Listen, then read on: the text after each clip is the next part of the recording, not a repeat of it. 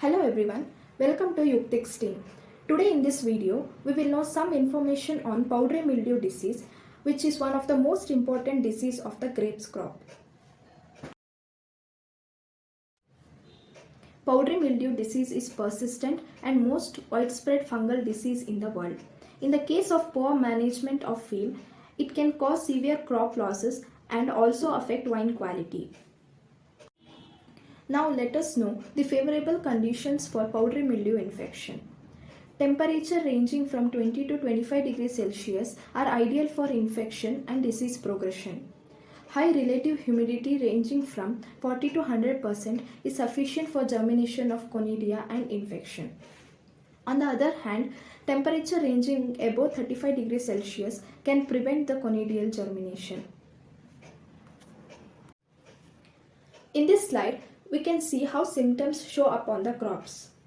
Symptoms are seen like deformed leaf with rounded edges, yellowish green patches on the leaves, growth of grey fungal infected spots, leaf veins and trunk may show brown color discolorations.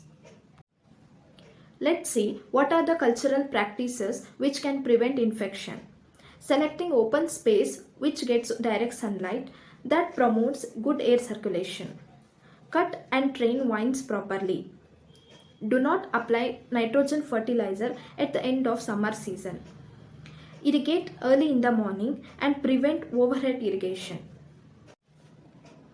Generally, vineyards are infected with several diseases like powdery mildew, downy mildew, anthracnose, botrytis bunch rot, etc.